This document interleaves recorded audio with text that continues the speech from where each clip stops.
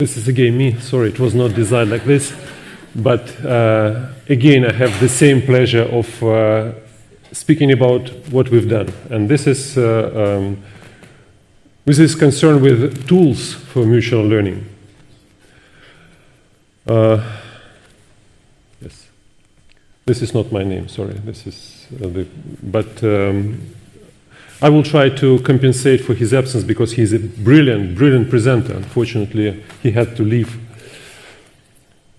We see that new tools for mutual learning, and what is mutual learning was just presented, was developed in 3 different domains.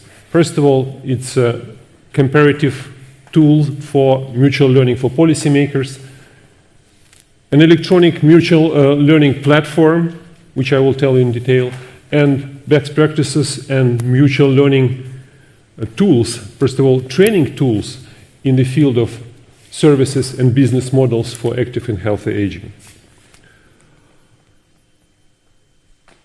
Methodology for mutual learning the policy makers, it was based on analysis of different sources of information. First of all, this is projects, initiatives, programs have been analyzed how they provide the basis for mutual learning. The legislation related to aging was analyzed in different EU countries. We run direct, semi-structured interviews with policymakers, just getting their opinions, their positions on this issue. And we had a system of online surveys. If you look at the figures, that we had quite an extensive body of knowledge collected through this exercise. And you see again, we try to look really through European perspective, different countries, different legislation systems, different cultures. And actually, to me, European diversity is not a problem. It's an asset, because it gives you a variety of options to go, not just one way, but variety, and we have to choose the right way. Major finding. Through this study, we analyzed that there is still an existing gap between the law and how the law is implemented. Sometimes legislation is beautiful, but in real life, things are not that beautiful. Still, you can observe ageism and stereotypes related to aging on policy-making level. And it's reflected somehow in different legislations. Through different areas, we analyzed 3 different areas. It's health, public transport. We found out that transport and mobility issues are not that well addressed. I mean, accessibility for older persons, that not that well addressed. And again, the same what was presented before. Whatever law, documents, rules, legislation is designed, it should involve older persons in the design process. Nothing for all, nothing for us without us, what Sibylla just said. All this was integrated in the document which was published, which is available on the project website. You can go download and look what kind of conclusions we produce on the basis of this extensive study. Now to the mutual learning platform. This is an electronic tool. I would call it a mixture between social network and e-learning platform where policymakers can, first of all, learn from each other. They can make available their experience to others, and eventually they can communicate between themselves directly through different electronic tools. In this platform, we work with 5 topics which represent priorities for policymakers, especially on the community level. Again, health and care. Whoever was asked, health and care was always ranked number 1 for policymakers on the community level. Housing, mobility, labor, employment, and participation. The information in the platform is represented on 3 different levels. It's basic knowledge, middle level of knowledge, and in-depth advanced knowledge. So persons, people who need learning can go different steps, improving their professional skills. And finally, it also includes a self-assessment tool, which allows you at every moment of time to understand how well you learn the content. This is the statistics about the use of data. Funny enough, it was used mainly from China and United States, less from Europe. And we identified many other issues with this kind of instruments. Above all, of course, language. In order to exchange information, knowledge, you have to speak the same language. But again, the same thing which I said before, health and care is the highlight of the platform. So people go there most frequently.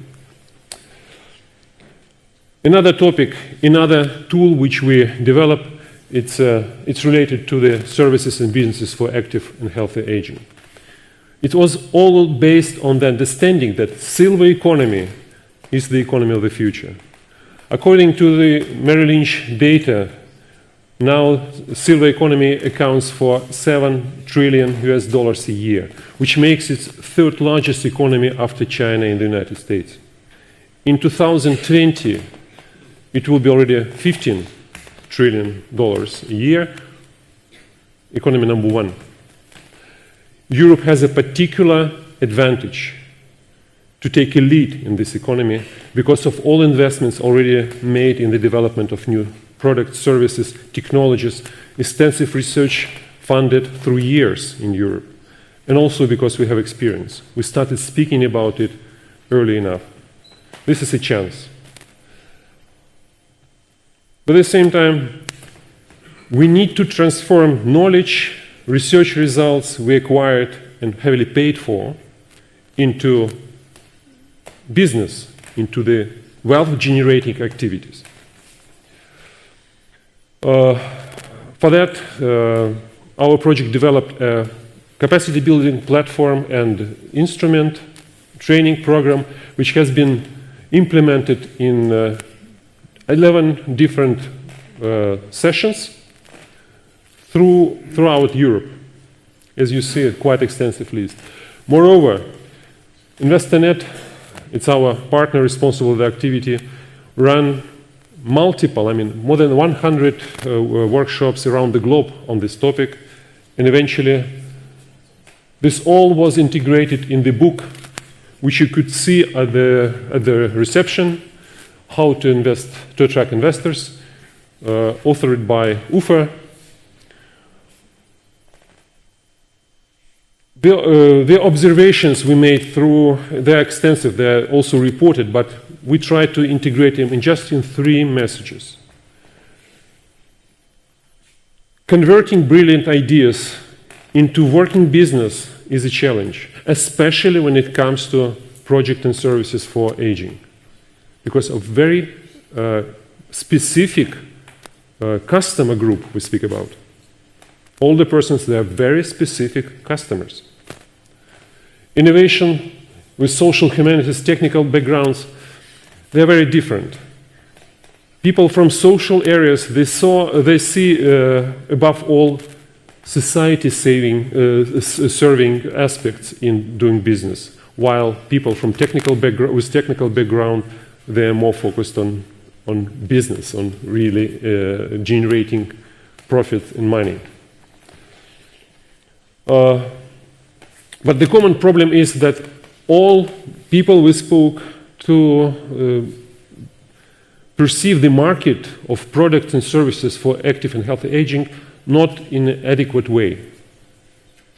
So this is a very special chapter in the book of UFA dedicated to how we should perceive the market. What is the market of products and services for active and healthy aging? We have also developed a number of recommendations. They are in the best possible way accumulated in the white paper, which will be presented later, and it's a kind of integral outcome of our project. They are spread across different sections, but this was the best way of presenting them. What I would like to highlight here, related to the last block of this presentation,